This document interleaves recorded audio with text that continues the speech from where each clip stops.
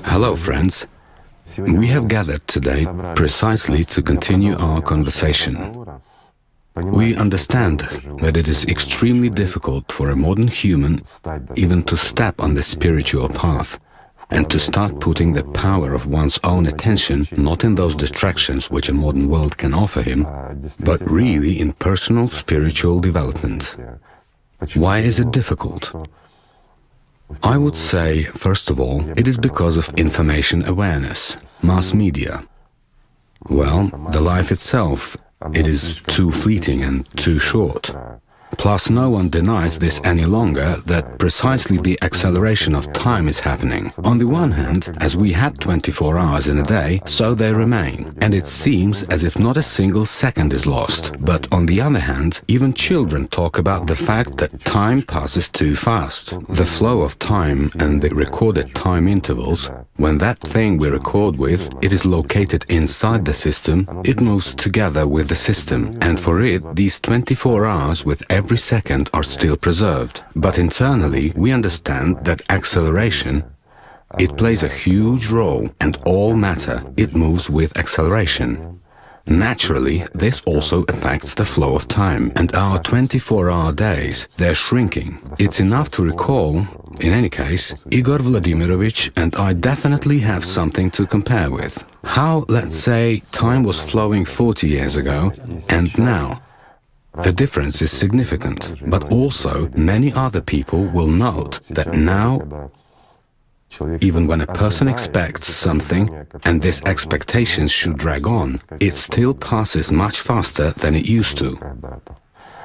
That's why the reduction in time, the physical time reduction, let's say, at the end of the existence of this world, it was described long ago. Much has been written about this. It was talked about a lot. Therefore, let's say, understanding all these conditions in which today's person exists, we try to somehow get the message across. In spite of the fact that we have told a lot, and already a long time ago, of what is happening today, and this is already observed and noticed by everyone, but when we told about it, it was not visible yet, at least through the window. Now it can be seen.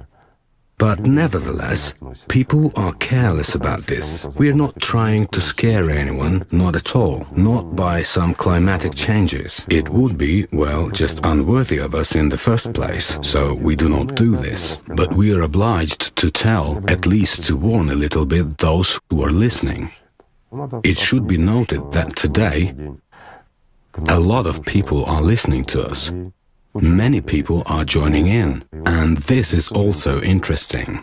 Allatra movement, the organization, actually exists. Of course, it is the Allatra International Public Movement. The organization exists because people are united. It can also be called a community, each individual's movement in the spiritual direction, and, by the way, within their own religions. Here, there's only practice and real spiritual work on oneself, or as simple as doing something positive and good, meaning that which unites.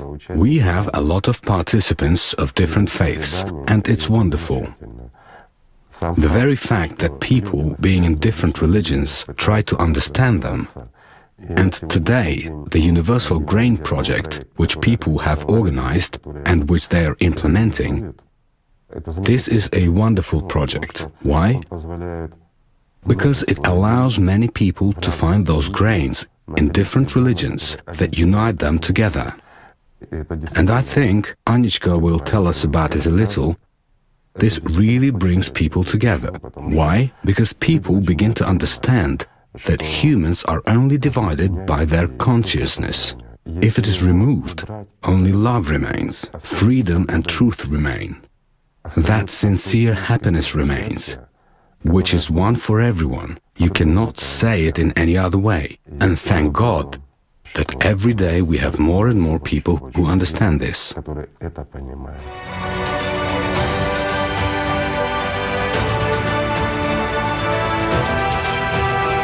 When I first became acquainted with Allatra IPM, I realized that there are lots of people with good intentions all over the globe. These are people from various social units, people of different nationalities, different religious confessions and professions.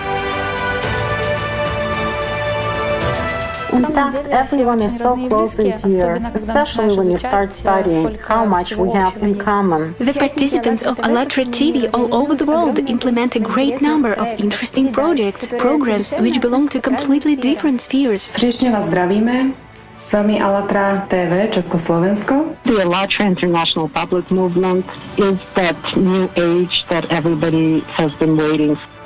Debido a esto, todo lo que se realiza por el movimiento Allatra, eventos internacionales, conferencias, Даний всесвітовий рух є отвертий для всіх людей доброї волі. Del movimento sociale internazionale Allatra vengono realizzati un gran numero di progetti. Die IGB Allatra vereinigt uns auf der Grundlage des geistlichen Wissens. Միջազգային հասարակական շարժում Allatra-ի շրջանակներում իրականացում են բազմաթիվ հասարակական, սոցիալական, մշակութային ծրագրեր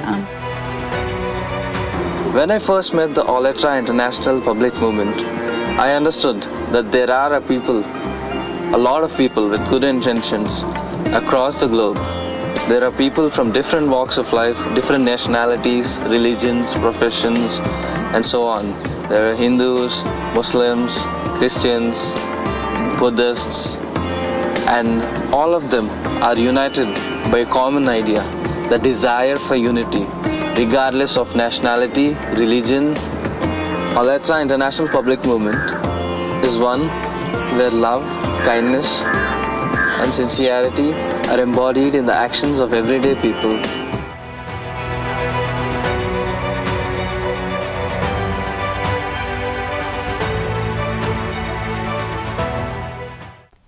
Now I would like to give floor to Anichka to talk a little bit about how your project, the universal grain, how important it is today for people who participate and how it unites the whole world. We are also pleased to note the fact that it turns out there are people who share our opinion. They are all over the world. And there are many of them, and thank God. And thanks to those people that they exist. This makes us happy, and it shows that at least we are not spending our time for nothing, the time that we could spend on something else. But we spend it on communicating with you a little, and at least explaining something in some way. Yes, indeed. The Universal Grain Project today is just an enormous opportunity for every person, no matter which religion or nationality he belongs to indeed look deeper into all these world scriptures and that single universal grain that lies in the basis.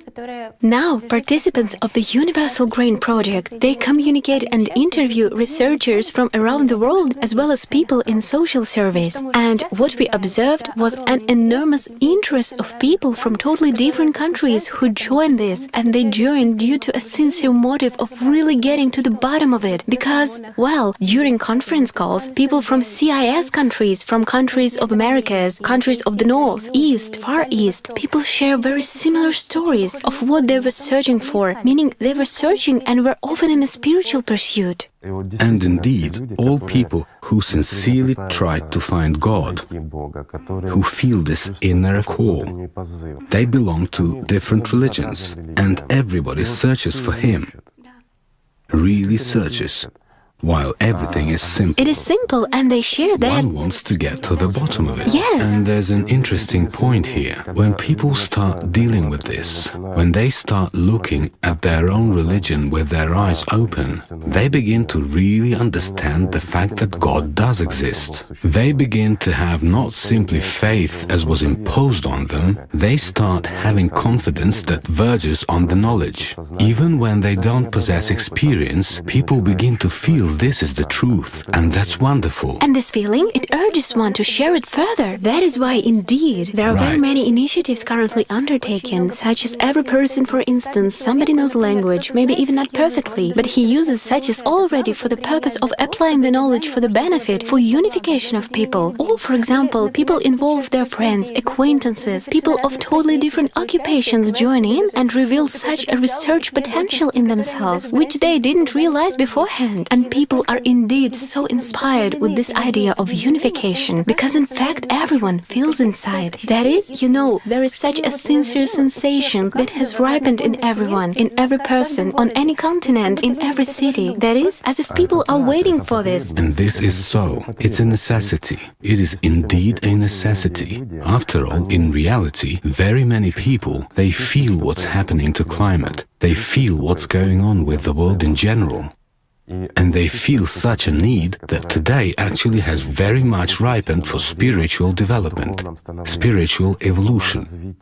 From what they're told, they don't find the answer to their inner questions. And so people try to figure it out on their own. And when they start finding answers, naturally all barriers collapse. This is the truth. Yes, indeed, and understanding. We see this now, and this cannot bring nothing but joy, only because it provides a chance. But what kind of chance, we'll discuss a bit later. I'm sorry. Indeed, it is as you say, obstacles are crumbling. People are noting that exactly in Allatra they find this true inner feeling, what they were looking for, what you were talking about. This is the real knowledge, real internal knowledge that is aimed at understanding that one and the same thing lies at the basis of any religion. When a person has already come into contact with one teaching and another teaching, we hear such stories from Korea, London, from completely different corners of the world. One and the same story, that the person was looking here and there, the person was scratching the surface. But here, there are such stories that people literally read the first 2 books or watched a program, that's it. They have already grasped the essence. They've started feeling and immediately they call. They say, we want to act. We want to try something as volunteers, to do something in order to unite. This is because we are telling the truth and we are talking about the essence. We share experiences, and also, most importantly, we do not need anything from people. This is the most fundamental factor. Because all the institutions that are being built, this is understandable. We live in the material world and funds are needed for those institutions to exist. And as these are consumer institutions, then naturally a small metamorphosis takes place here when the truth turns into, politely speaking, a source of income and existence of this organization. With us, it is all different. With us, everyone who wants to does whatever is possible. If one does something, he does it himself. Nobody is asking anyone for anything. We just do what we like, what we want, and what we strive for. That's the whole point. Of course, many people are baffled by this. They ask questions, even, what about the filming studio? Where do the cameras come from? Where is all this from? Well, everything belongs to people. Just people? Just people. It belongs to those who brought it. It's theirs. Just like this room and everything else. This is private property of different people, but we use it same as we share our property also. But again, we share in the first place for the people. Yes, we spend time, earn some money, but we do not let those funds go for self-consumption, let's say. We try to make something with it, to create something. For us, these funds are just a source of certain capabilities, nothing more. And these funds are not to make us rich as individuals in any case. That would be ridiculous and wrong. There are people who had come to us feeling that here there is something called power, same a lot. And many seek precisely this, like seeking magic, in order to gain some kind of power to improve their material lives or to fulfill their hidden desires out of pride. Naturally, not getting this, they criticize Allatra a bit. They say, and what did you receive? Sorry, this is not a sales outlet that sells or distributes something. With us, everything is open. And we tell and give everything to people. We tell them what they will face. These are people who share their experience, their real spiritual experience, what they are experiencing on their path, and what they have experienced. These skills which they receive, they do not hide them, they share them. They really talk about it. And there is another interesting point. As a matter of fact, from time immemorial, everything has always been based on some mystery, on what we don't see with the naked eye. This attracts consciousness very much. This is indeed attractive for what? For consciousness. For spiritually free people, and many have confirmed this. People feel this. They are not surprised at this, while for consciousness it is alluring, and mystery has always been alluring for consciousness, and that is what many people have used, turning elementary knowledge into a great sacrament. They covered it with darkness, with some secret actions, some ritual, and, well, chose a role of such mediators. The issue is in something else. All this secret and invisible, it really attracts people. Yet, what is attracted? First and foremost, human consciousness is attracted. Why? Because all this verges on some magic. It verges on something unexplored, on some phenomena and so on. Although, in fact, in my opinion, it is much more interesting when people engage in spiritual self-development. That is when real miracles begin. When they stop playing spirituality, I would say it gently and carefully. After all, in actual fact, very many people simply create an appearance of being engaged in their own spiritual development, and they're totally satisfied with that. Whereas, as a matter of fact, this is just a play.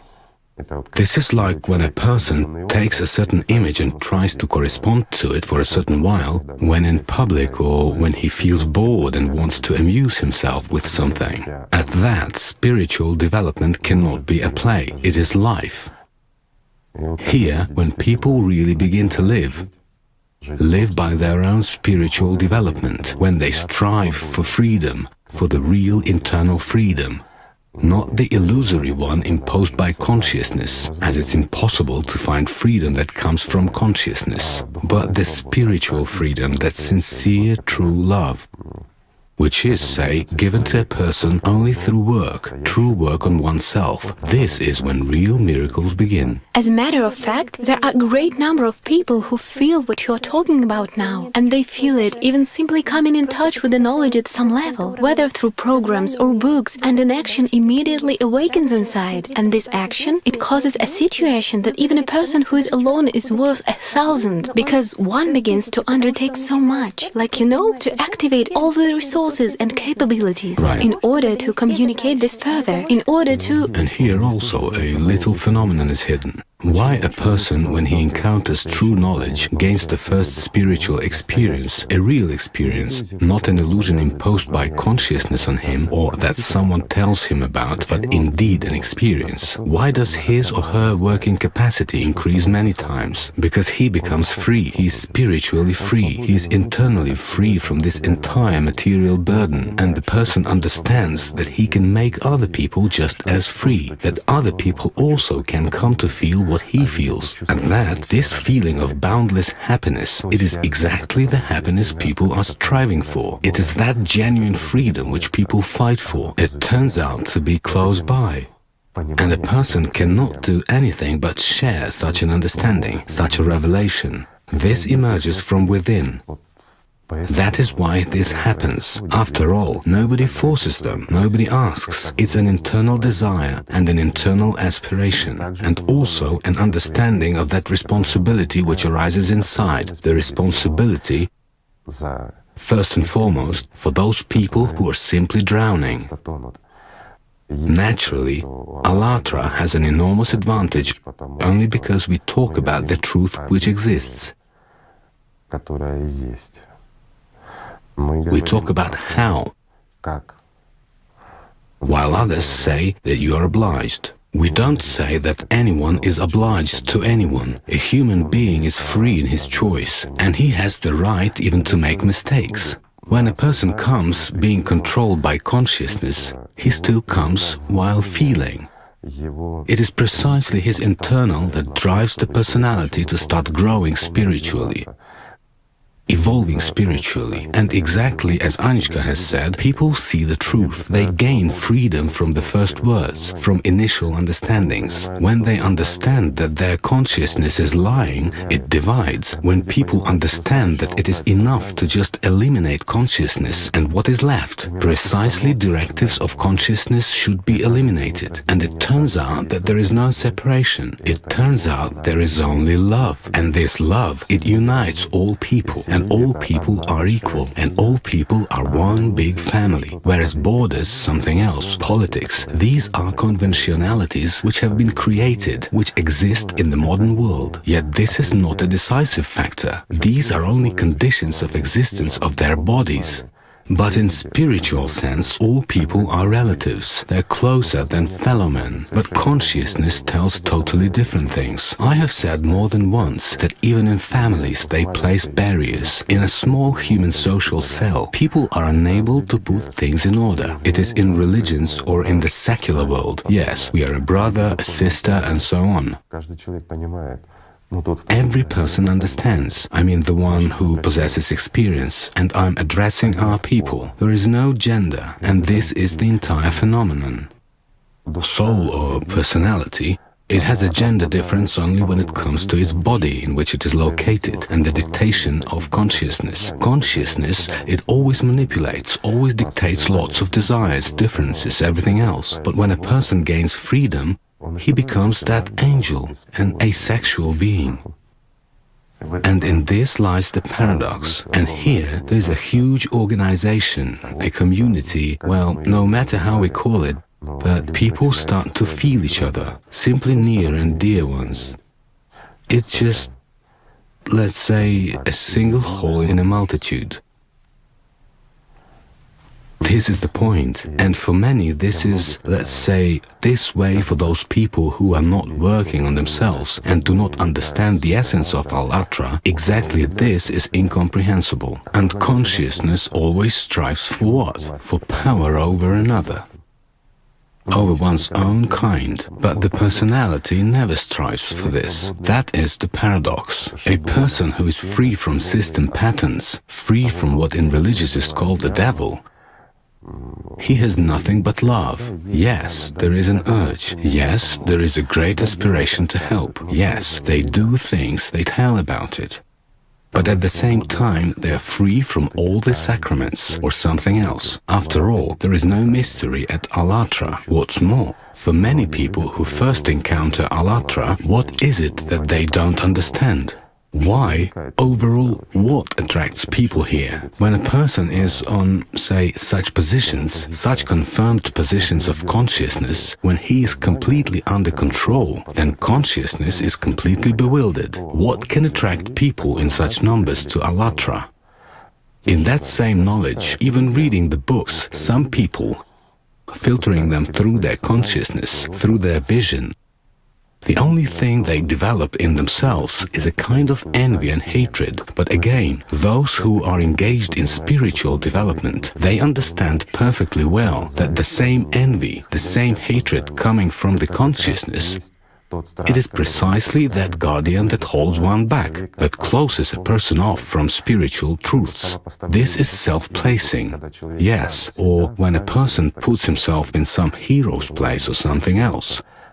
That is, you do not have to be like someone else. You should be yourself. The fact that people make the mistake of trying to, say, get a lot of material wealth for themselves at the expense of the spiritual, well, that's certainly wrong. And we are talking about this, that it's not right to ask God for anything but spiritual salvation. This is right. But the consciousness of every, let's say, not free, immature personality, it manipulates them, and people are prone to make mistakes. It is a different matter when a person makes the final choice, when a person realizes his mistakes, and he simply understands that he did something foolish. He has an internal catharsis. A different person comes to us then. He is not the one he was, but a new personality comes. But that's his right, his choice. When a person opens up at least a little and perceives that truth that is laid out even in that same alatra, or the one that is given by people who gain this experience themselves, then people gaining spiritual freedom through alatra, they begin to understand their religions. They start to appreciate them in a different way and respect them. This is also important, it is also good, and in fact, I do not remember such cases when someone left their religion or changed to a different one or something else in alatra. In everyday life, this happens often and every day, but an understanding comes why there is one ritual or another, what they wanted to say by that. It is clear that there is a lot of chaff as well, which they also start to understand. Well, sorry, side effects of true knowledge. People feel this today also, namely in the universal grain. They raise a lot of these questions. Catharsis is needed everywhere, and this is normal. There is nothing wrong with that. And again, people created this, people wrote it, people invented rituals and the like. Once they were relevant, now they're incomprehensible for many. But most of these same rituals or the same performances, they're necessary simply as a historical fact. Let it be staged, some kind of a theatrical action, but it still makes people think about God. Is that bad? That's already good. It's again like that same theater. The play was written before, but it's being staged today, and we understand how people lived before. It is the same here. After all, this is our history. How can we forget or neglect it? This is the legacy of our ancestors, after all. It is important also, but we must not forget about spiritual salvation. No one will walk your path except you, guys. This is also important. In fact, religions bring a lot of good into this life. Those same morals, the same history.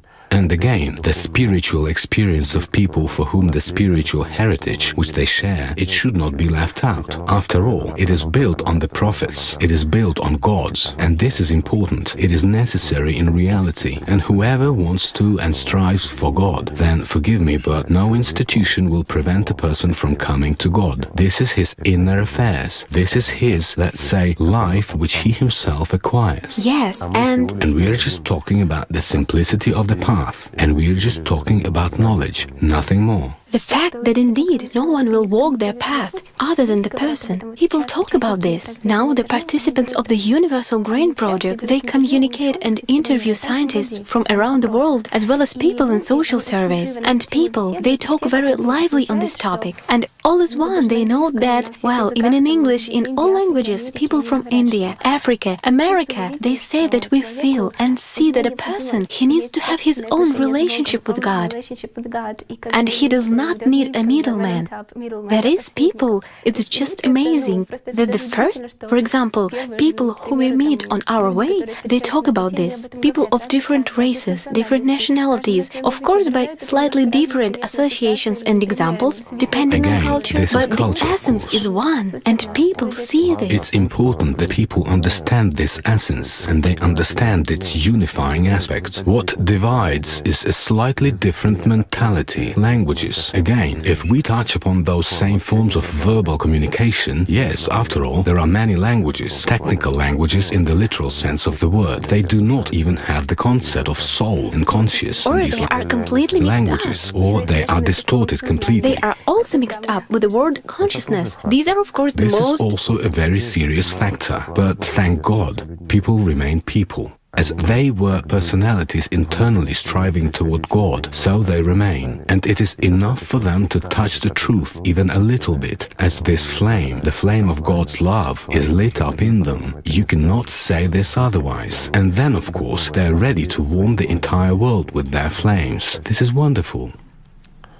This is important. This is necessary.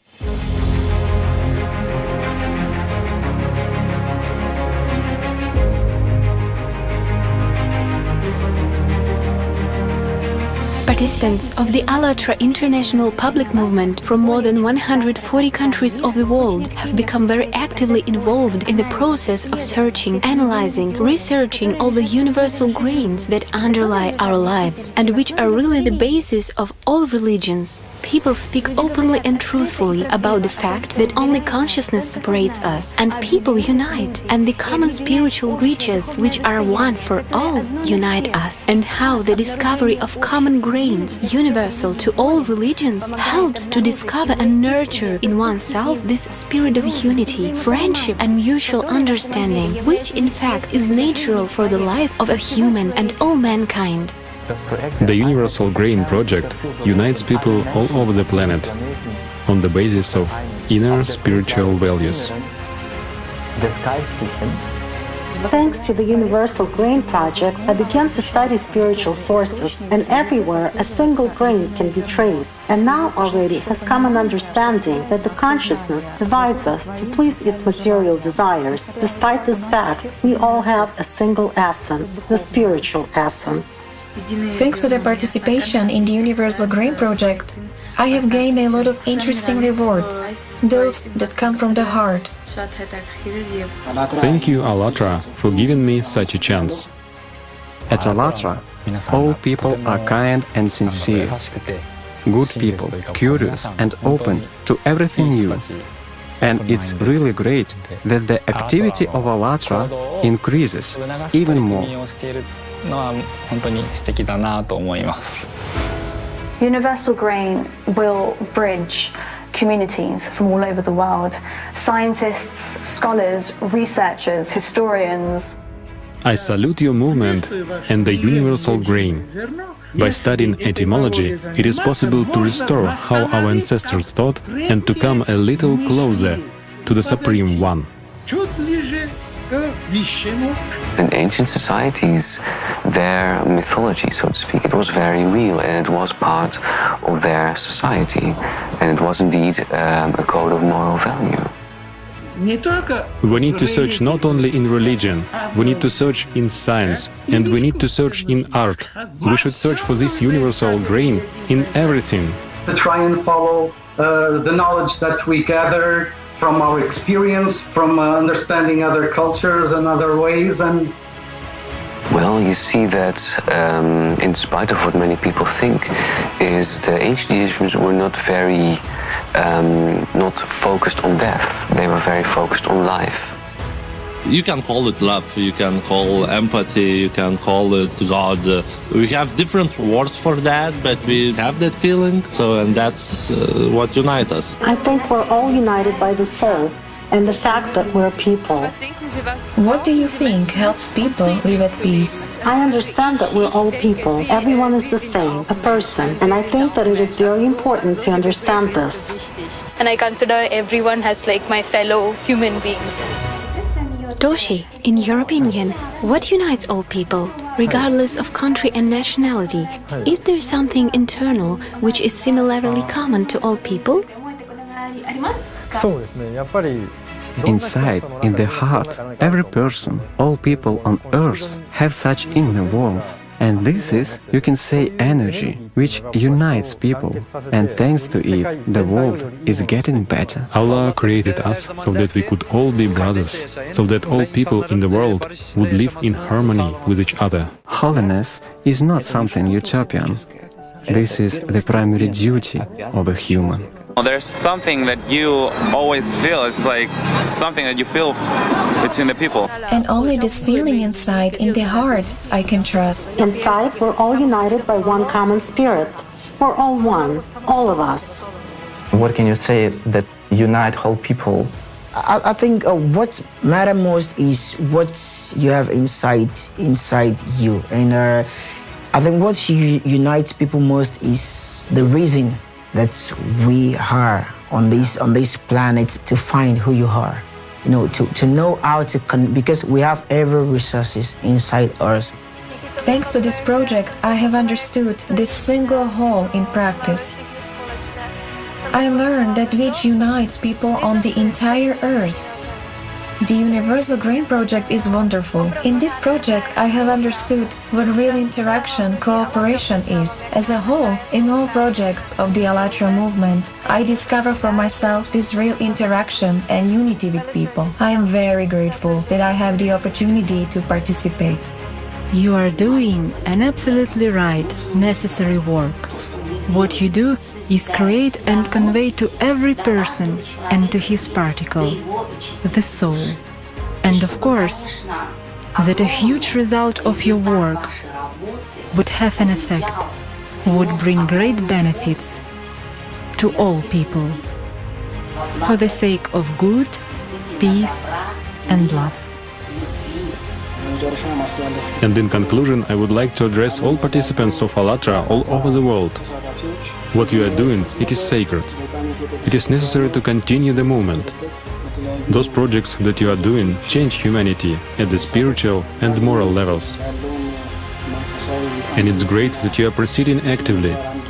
Changes are necessary, and the changes begin with us. I support good in action. Thank you. ለውጡን የምናመጣው እኛው ነን። በጎነት በተግባር የሚለው መርህ ደግፈዋለሁ። አመሰግናለሁ። ታንክ ዩ።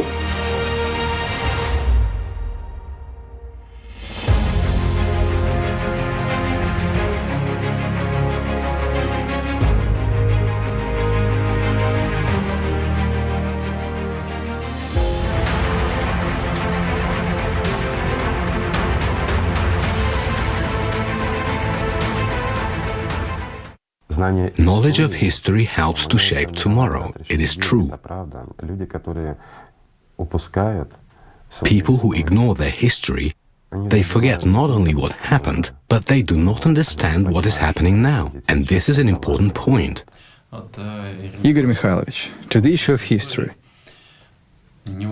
It's impossible not to take notice of the fact that history is presented to modern civilization and in general is considered primarily from the point of view of political events. This is just an instrument. Unfortunately, many use history as a tool to achieve their political goals. Well, not only political, but also economical. And as a rule, these are private interests of certain groups of people. Because of this, much was substituted. We don't need to go far. If we look, let's say, at the same ancient Egypt, yes? One pharaoh came, immediately erased the names of the other and wrote his own. This is human nature. But we are talking about history that cannot be erased, about the history that really was, and it is in the memory. Today we find a lot of evidence about those same megaliths and the like, about the so-called preceding civilization, that is, the previous civilization, which had a much higher development than the modern civilization. They did and created what we are not able to do today. But history is silent about it, and our existence as of a species, of a human, an intelligent being, it only accounts for 8 to 10,000 years, whereas it turns out 12,000 years ago and more, there was a civilization that surpassed us. But many historians say that this does not exist. There is no confirmation, no data. Well, what can you say? Well, if no, then so be it. For them there isn't, for others there is. Thus, it turns out that history, it's like a hostage to politics, although in fact, history in the past was taught precisely from the point of view of spiritual knowledge. But it was a little different history. It was not so much history as legacy. Precisely spiritual legacy was presented. And history was regarded in a different manner. After all, for today, history, it is again a tool of manipulation, no more. It is in the service of the one called the devil in religions, or let's say, the interests of the system, the consciousness of people, their material interest. Only that and nothing more. Naturally, there used to be times when history was the source of spiritual inspiration, let's say of people. But the thing is that if we don't consider history precisely from the point of view, as you say, of spiritual legacy, then it's indeed impossible to understand anything. Neither the reasons nor the consequences of the events that are really behind that political theater, which is unfolded and presented to modern humanity. But this is again one of the tools. Why was history rewritten and is being rewritten in the modern world? Why is that same legacy being erased? Once I mentioned the Alad sisters. Once upon a time, one of the first Muslims, Arab nomads, they in fact accepted and knew that Allah had a wife, Allat. It was their faith, it was their religion. After all, what was the attitude towards Allat? The interpretations again of those same first Muslims in this respect, and what was happening in the years that followed. In the course of all these centuries, any mention of Allat was destroyed. But before Islam, Allat, it was that which was considered the power of God, and everyone knew about it. And this sign, here we have in the cube on the table, we find it in Tripilia, and, excuse me, in America and around the world, signs that date back to 12,000 years ago or more. This baffles archaeologists as well. They say, well, an artifact that cannot be, right? As well as megaliths, as well as the consequence of nuclear explosions and everything else. But, interestingly, at the previous meeting, you mentioned the great thinker, Sheikh Mir Said Bereke, who wrote the treatise Omnipotence on the border of 14th, 15th centuries. In his treatise, Bereke touched upon and described almost all aspects of human life, the life of civilization and the universe. And what is interesting, he began his treatise precisely with history. After all, in fact, the ancient sages, and this has reached us, and you already said this today, that anyone who doesn't know the history is doomed to live through it again. And in the treatise Omnipotence, Bereke began precisely with the history of the fall of Atlantis. And he told both the historical preconditions and events that preceded and the reasons why Atlantis was destroyed. And by whom? And by whom? Yes. And this treatise, as we know, it was accessible to people not for long. Well, for almost 200 years. Yes, 200 years. And it was transferred by Tamerlane at the request of Bereke to the subsequent custodians of knowledge, right? The so-called Alayars. The so-called Alayars. That's right. And 200 years later, at the end of 16th century, people of the great primatas, they stole this work, but they did not completely steal, they won it, but yes, the element of theft was also present there. Everything valuable gets usurped by someone. After all, this treatise could nullify the whole institution, which was built over a period of, let's say, 1600 years. And if it had been made public, and then already, why they went to extreme measures, this also needs to be taken into account. After all, a lot of different books began to be published then. Knowledge began to come into fashion. And it is enough to imagine that some Alayar would have taken and openly published the Omnipotence treatise, even in a shortened version, without elements of magical powers, attainment of these forces, so to say, but in a simple, dry form. At least he would have recounted that same history. The institutions would be over. Yes. But as you have already said, Mir Said Bereke was Alayar. And well, he was one of the latest Alatyars. Well, already closer to Alayar, yes. Yes. And anyway, he was called Alayar during his lifetime. Yes, and as it has already been said, that in the Alatyar's tradition, there was precisely verbal transfer of knowledge. Whereas the writing of this treatise Omnipotence, this was an extreme measure connected with certain events.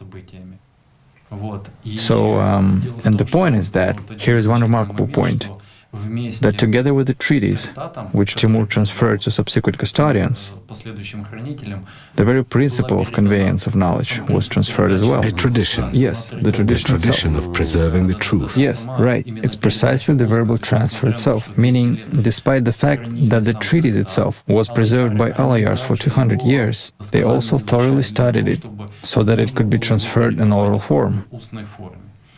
And strictly speaking, in spite of the fact that the very treatise was usurped at the end of the 16th century, Sufi Alayar was born in 1616. Yes, this is the famous poet, philosopher, mystic of the 17th century. So this knowledge was transferred to him. And he also set forth this knowledge in his treatise already at the end of the 17th century. This treatise, as well as the verbal conveyance of knowledge, he also transferred. The treatise on eternity. Yes, the treatise on eternity. And already treatise on eternity by Sufi Alayar. It has come down to our days and has been preserved. Time doesn't spare anything. Of course, it's already quite decrepit, and something is missing there. And now you should agree it is difficult to translate it. The condition of this treatise is not very good. But this is not so important. The main thing is what is still preserved in it. Yes, strictly speaking. Why have I mentioned it now? Because this is directly related to those topics which we have touched upon now, and history in particular. And the last part of the treatise regarding the so-called last times. Sufi Alayar in it. And once it was also called the times of the crossroads. About the last times, this is already again the influence which Sufi himself was subjected to. And again the same traditions and the use of the same knowledge. They already went more in such a human, primitive way. After all, the very essence of spiritual development was lost. And if we look at that same Sufi Alayar, because many will start exalting him, although he made a great contribution to the spiritual development and mainly for Muslims, for Turkic peoples, but also for many others, not only Turkic, he was esteemed and, let's say, rather earnestly, because he possessed the real knowledge. But how did he use it? But if we look, who was he? Who were his brothers? They used it for power. A bit, just a little bit for themselves, but it was for power.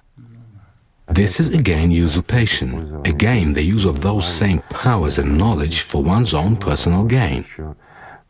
Why? Because even before Bereka, that same Bereka already used this knowledge as magic. Let's recall the story about Tamerlane. If there was no Bereka, there would have been Temur, whom history would not even have remembered. And there were thousands of such people, but he became Tamerlane. And the fact that Tamerlane himself was awarded the great honor of being buried near the feet of Bereka himself speaks about who Bereka was in reality. The whole mysticism, even the fact itself, and the fact really was, that when Tamerlane's tomb is opened, a great war will start. This was really written down. And so it happened. This is the fact. This is history. But the point is that the war started not because they had opened it, but here was an ordinary, let's say, precognition, yes, of people who wrote this, and there was an understanding that it would be opened exactly when the war would start. Here, there is simply a coincidence of circumstances. If they wanted and opened it a year or 5 years earlier, then the war would not have started, and they were obliged to open it precisely when the war started. And there are many such attachments. Well, and to what else? Again, that he used knowledge as a tool for exalting himself and gaining personal power. And Bereka's power was enormous. Sufi Alayar had lesser, but also a significant one, and he too was far from poor, let's say, from using knowledge. And this is also the point. This is the truth. This is life. And if we read, well, thank God we do read. Well, maybe God willing, and others will read his treatise. And again, the whole meaning and interest of Sufi himself is evident in it. If we take other works of his, which he wrote for people, yes, not for those initiated into the secret of Alayars, but for ordinary people. After all, there too, there was a lot of spiritual and a lot from the consciousness, because they lost exactly that which the Alad sisters were giving to the world. After all, they were giving pure knowledge. They talked about love, about unifying love, and they were saying that the powers of Allah, the powers of God, a person can use only for the spiritual, and his physical strength he must use to get bread. Meaning matter must take care of matter, and spirit only of spirit. There is a great temptation, I understand, that one wants to use the powers, well, a little bit for oneself. Consciousness is a great trickster. Quite right, and again it showed its imprint. Undoubtedly, this is an interpretation. And here one should not forget that. And if we take the two treatises, on eternity, yes, and on omnipotence by Bereka, then again we will find huge differences in them. The essence remained the same, but there are additions from people. But look, because the first Alatyas who carried knowledge, and prior to Bereka, that which he wrote, after all, the changes which occurred, of course, were serious, but they were much less distorted than after 200 plus years. After all, Sufi brought changes into Bereka's treatise, and he had Bereka's treatise on the eternal, much more than in so many thousands of years. And the paradox lies in this: you shouldn't do that which you shouldn't do. It leads to something bad. They say, is it possible to kill a dragon who guards a cave with gold? It's impossible. Why? By killing him, you will become him. This is the point. While in the last section of his treatise, Sufi Alayar described the so-called last times. If we take our civilization, there are a lot of coincidences, and many of them precisely in small details, literally. For instance, he wrote that there would be about 8 billion people on the planet. He described explicitly the technical state of the civilization, meaning the level of technical development. The end of times, technical progress, energy consumption. Yes. Well, hydrocarbons were already being used in his time a little, but in any case, he wrote also about renewable energy sources and that the sun... About the means of communication, about everything, right. Yes. That people would not need to have great secret knowledge in order to hear one another, that it would be enough to have in their pockets. Yes. Yes, that's true. He also told of the fact, we have already mentioned this today, that time would accelerate significantly. And he gave great emphasis to climatic changes and to geophysical ones, which will happen to our planet. This is inevitable. Here, the parallel comes out, precisely with the beginning of the treatise of Bereka, who started precisely with the story of demolition, with the story of the fall of Atlantis. And if we draw parallels, we will find a lot. That is why we need history. Of course. Knowing the past, we know about the future. That's the point.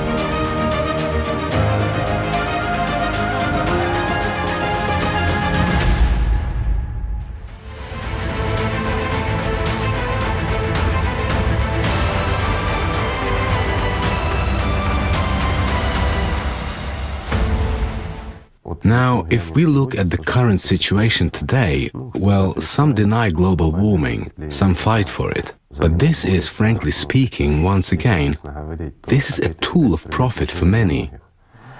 And what's happening today behind the window, this is not the result, or rather not a consequence of human activities, right? This is not an anthropogenic factor. It is not the result of activity, let's say, of the development of civilization, the emissions and everything else. It has an effect, but here I would compare the influence of anthropogenic factor on global warming. I apologize for such an example. It is a little bit unkind, but it gives an understanding. When a person fell ill, for example, with oncology, and medicine has already given up, it cannot do anything.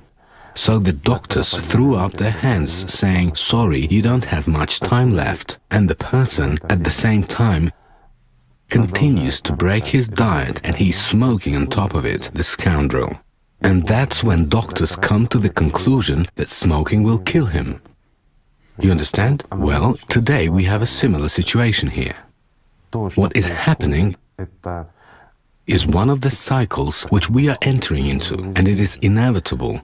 And the human factor, well, it is the same as smoking with our poor patient, you see? Meaning, yes, we are dramatizing a little bit, a day or two, not more than that. In fact, this is in general a very serious topic, and we have been telling about it long ago. Now, many are talking about it, but very few hear. And again, the information which is presented, it is the same as crying wolf, wolf. Yes, the boy, when the flock is already surrounded by wolves, then it does not matter how much one cries. Nobody believes it anymore. And in fact, we are already seeing it outside the window. The report on climate changes, which was written a while ago, it tells about it in more detail, though also in general terms. We can't, unfortunately, we can't. We have no right to bring it all, let's say, into the society, the same way as NASA has done, let's say, in regards to the 1st of February 2019. For 15 years, they were observing the asteroid. Here it is approaching. They posted it for 4 days, and what a stir started. They withdrew it, saying that it will fly past. But in reality, nobody knows if it comes here or does not come, whether it will fly past us or it will not. This is for now a considered question, but a threatening one, because it can change very many things and abruptly, well, even if it does not come. And here follows a point, whether a person will maintain a diet and smoke or he won't. Again, we come back to our patient. Clearly, that asteroid, which is supposed to come here, it will not destroy the whole planet. Well, but it can damage one of the continents. Many people will die, but the majority may survive. But it will accelerate the process itself, the same way smoking accelerates the process of oncology development for that patient, which we gave as an example. It leads to fatality and inevitably, but we've got many things that lead to something not good. And in general, maybe this is fair. Many will say, how is this unfair? But this is life. But what do we do in reality just honestly?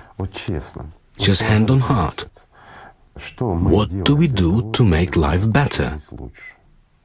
The life of all people, not just one's own. Well, isn't that right? Everyone is taking care of himself. Here, we are 7.5 billion people, yes? As of today. Well, almost, it's already closer to it, to that number which Sufi voiced. But at the same time, who is concerned about humanity as about one unified family? No, everybody is concerned with himself. Religions are separated. They believe in one God, but for each of them, God is, for some reason, exactly from their side. This diamond shines better. And from the other sides, it doesn't. All politicians are separated. Everybody thinks about his own stuff. Well, in politics, behind the politicians, there is business and interests of some people, of certain groups. But it does not matter how much a businessman eats. It all will end sometime. Isn't this right? After all, a person cannot eat more than what fits into him. Excuse me for such an example, but this is true. How much does a person need? Nothing. But other people also get affected by this example, and they say in such cases, but this is not fair. And God is not fair, but God has nothing to do with this at all. This is all a consequence of our actions. And if we look closely into, well, we won't be able to look into the treatise of Bereke, but again, even Sufi al-Ayar, in his treatise, where he describes the last days, he says that there is only one possibility for people to change things and survive, and it is unlikely that they will resort to it. It is unlikely that they will resort to it. He says it exactly like that. This possibility still exists. And what is needed, and why does he say it this way? Well, let's take a closer look. Just simply imagine it. God forbid, it will start now, right now. What will happen? The death of very many people will lead to the destruction of states as institutions. What will be formed? Gangs. Those gangs that are well armed, they will take a piece of bread away from children and everyone else. Humanity has been through this, and more than once. Isn't that right? They will fight for survival. At least one more day, though there will be an understanding that we are all going there.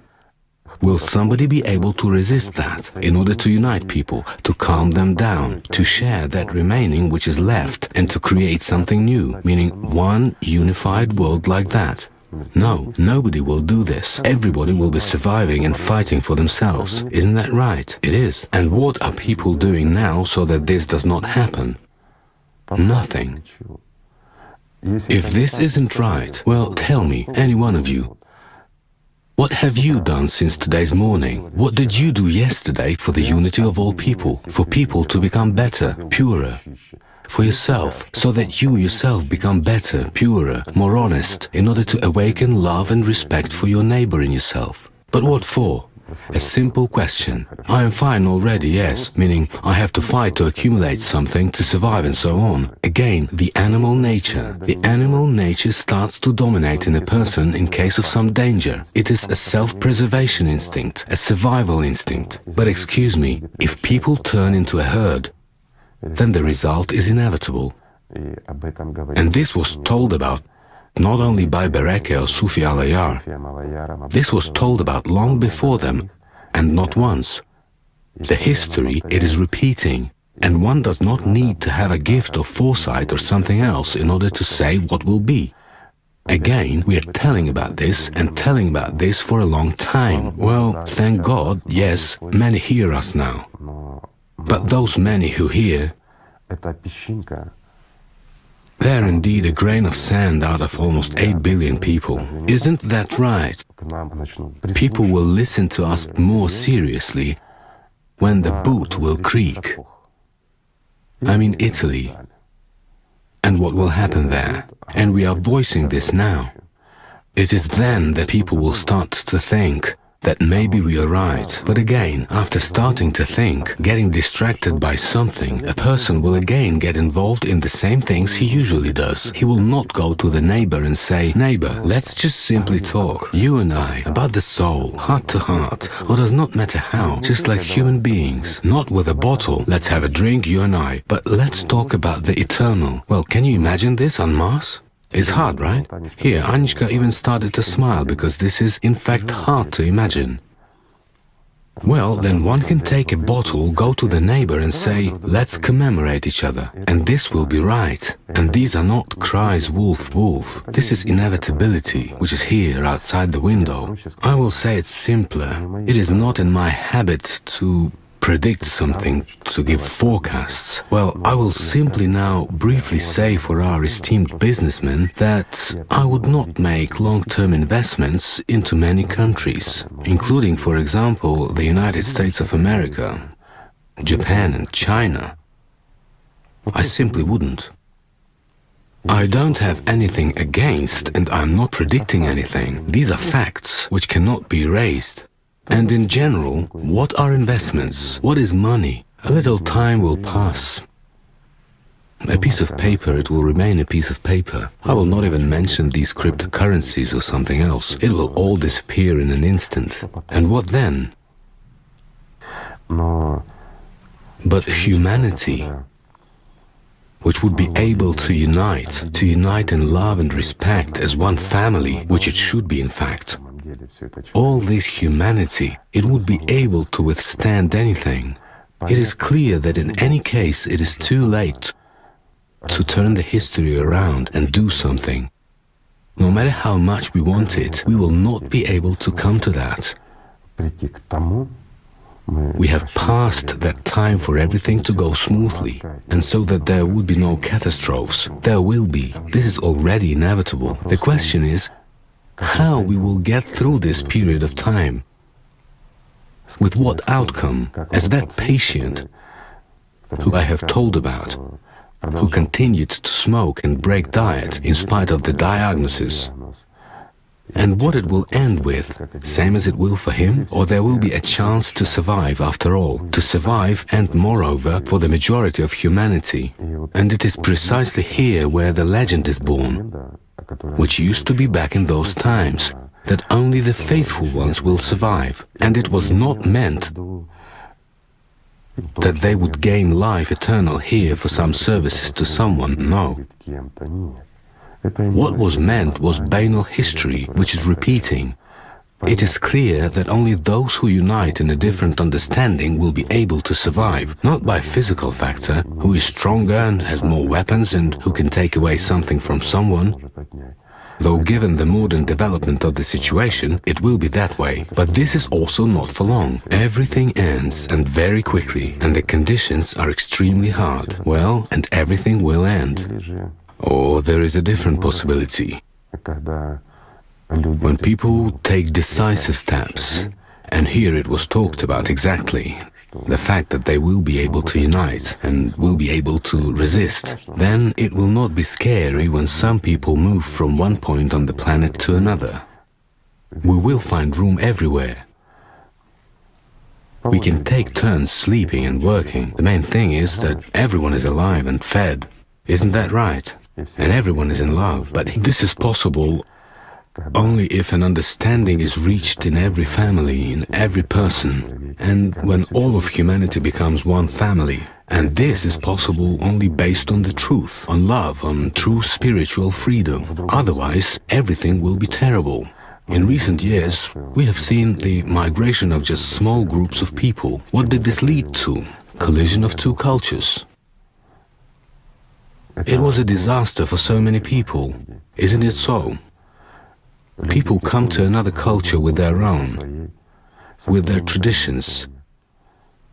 They don't understand each other because, first of all, they are divided by their consciousness. But what if they really respected and really loved each other? Would they act this way, both one side and the other? Those would not consider them to be refugees and second-class people, and these would respect the people they came to. They came to visit. How can you not respect the owner? Or how can you not respect the guest? So again, on the one hand, the believers came, they came to whom? To other believers. Both are believers. Then, excuse me, in whom do they believe? If they behave this way, whom do they serve? Or am I wrong here?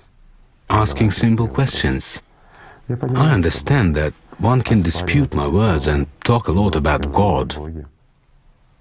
But to talk about God and to live by God, this is a huge difference, and this is true.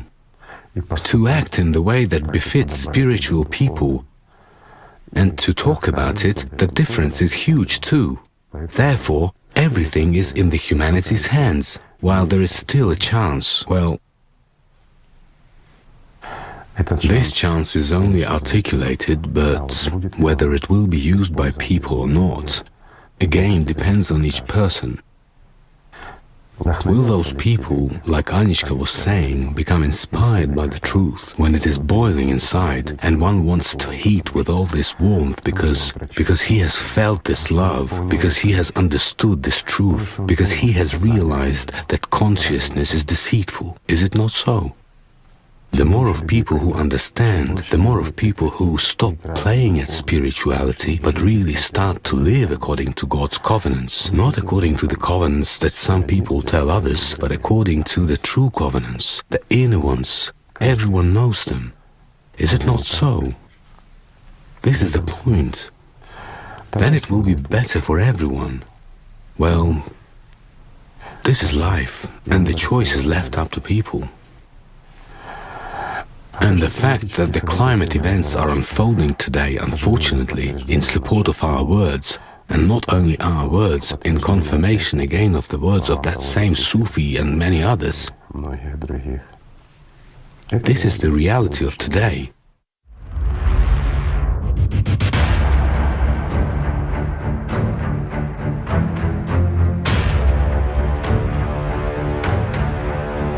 Catastrophic consequences on a global scale for civilization as a whole.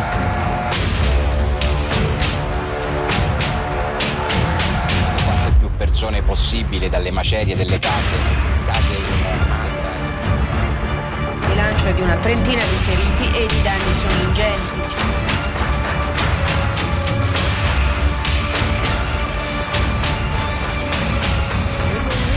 Un tsunami que arrastró toda la costa noroeste.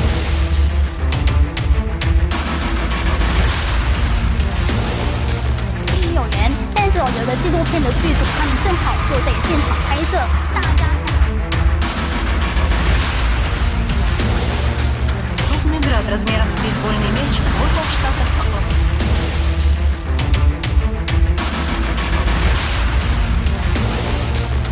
4 to 5 inches of ice. 并带来北极冰寒空气的极地漩涡。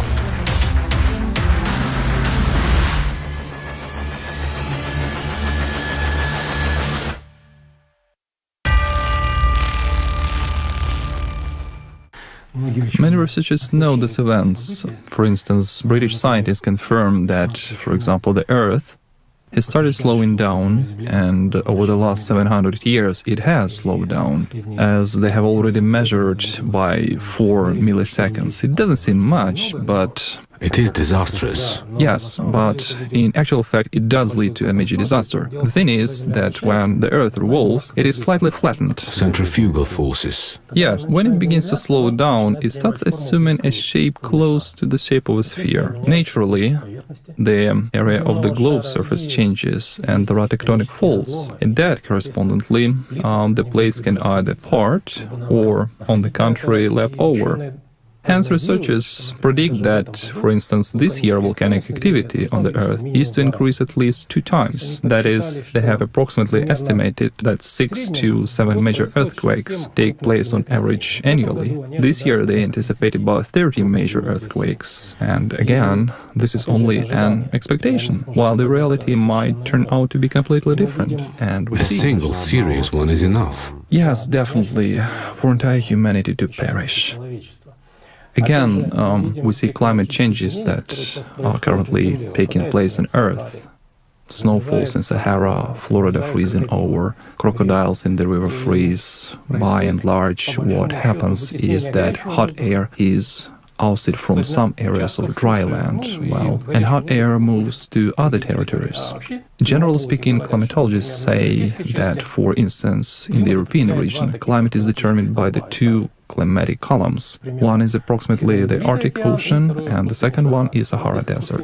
And if, say, Sahara starts freezing, this means warm air is moving to the European region. And we observe that we celebrate the New Year without snow, and it is very warm here in our land. In actual fact, this is not a very good situation, because redistribution of the Earth's mass is taking place, because again, perpetual ices begin to melt, glaciers.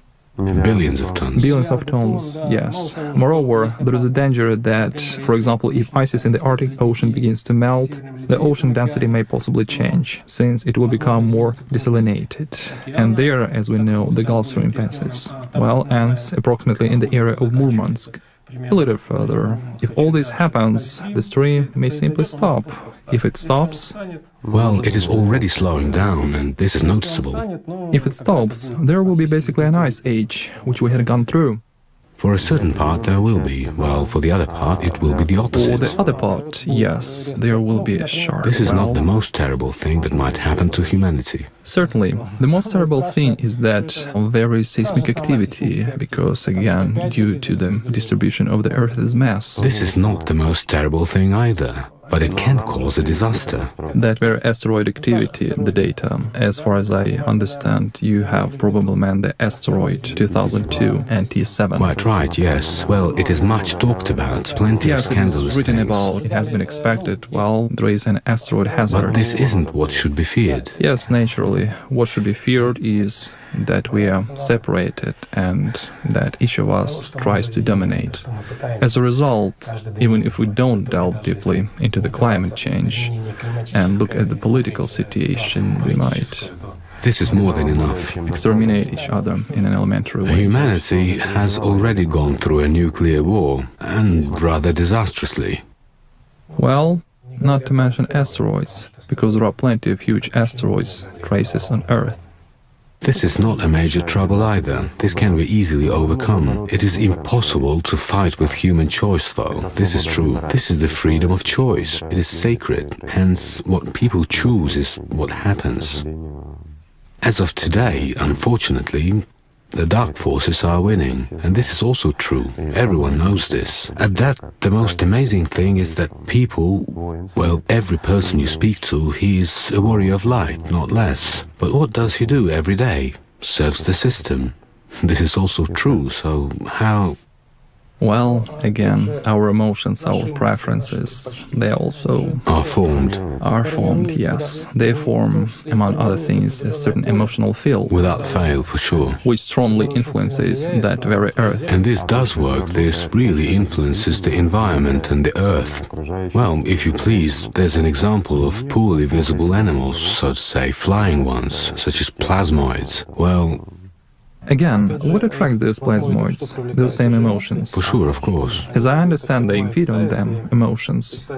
Hence, people should think when they exhibit anger, argue, hate somebody. Who benefits from this? When they envy. Who benefits from this? The one whom they feed. Yes, and what they're airing. Yes. Is this worth getting, say, domestic cats when they gather those plasmoids around themselves? I think this is so. A cat is visible. It may be stroked. It may be driven out. Whereas the invisible part, it is certainly more harmful for a human being. Exactly for this reason, we have demonstrated at least those videos. By the way, very many people have seen these plasmoids. Many write on the internet that, for instance, they can be often noticed on the pictures, even after a camera flash. There are very many of them. There are numerous. In comments under the videos, people constantly send their pictures, how they photograph plasmoids. Yes, because there are lots of them and they're all around. Everywhere where there are people, I will say simpler, everywhere where there is food, there is the one who will eat it. Exactly. This is normal. And look, the Earth's population is increasing, and that it turns out, most of them, if they are in the animal nature position, let's call it hatred, some kind of pride, desire to dominate, then naturally negative energy increases on Earth. But while it's increasing, it begins to concentrate in certain places, and this naturally causes some disturbances, purely natural ones. Without fail. And of course, this will lead to a disaster. And even such a conclusion comes to mind based on the treatises mentioned by Andrei that 80 billion might be a critical point. No, by no means. Even our globe, it can hold even 50 billion. There is nothing terrible. And feed them and there will be nothing terrible. On the contrary, the Earth will flourish and no asteroids will threaten and earthquakes will be controllable. All this is possible. Yet again, now for someone this sounds like a fairy tale, but all this is real. But in such case, a conclusion comes to mind that negative attracts negative. You reap what you sow, and this is reality. This is the truth. And note, if we go back, people who have got inspired as of today, so many of them are responding. What do they say when they lived an ordinary human life, not noticing those spiritual impulses inside themselves? How joyful that was at times, but dull and dead. And now, when they have got inflamed, when they have felt and understood the essence, they start sharing. They share with other people and get inflamed even stronger. This is obviously true. Yes, this is true. And the chains of events and fortuities do occur. That is, a person begins to share and events are formed in such a way that opportunities arise in order to further. And you know, this demonstrates such fact that indeed should one person choose light inside oneself, this really gives rise to a further enormous incredible chain, which consciousness cannot even foresee, chain of events that give rise to further impulse of unification and such internal understanding of this genuine that one wants to find, to discover, to unite. This is exactly what urges one to join the movement. Now, there are a great number of people joining, and this process is constantly expanding because every person not just wants to join, but immediately wants to act. Good creates good. And it turns out that humanity still has a chance to correct and change everything. Not everything. Not everything. But I will say this way, humanity has a chance to survive. There is a chance to survive if one changes the vector of one's development, if one comes to understand that... We have voiced the words of Sufi. Well, let's focus on them, in order not to draw our own conclusions. We are only saying, people, let's love each other, let's be humans, worthy of being humans.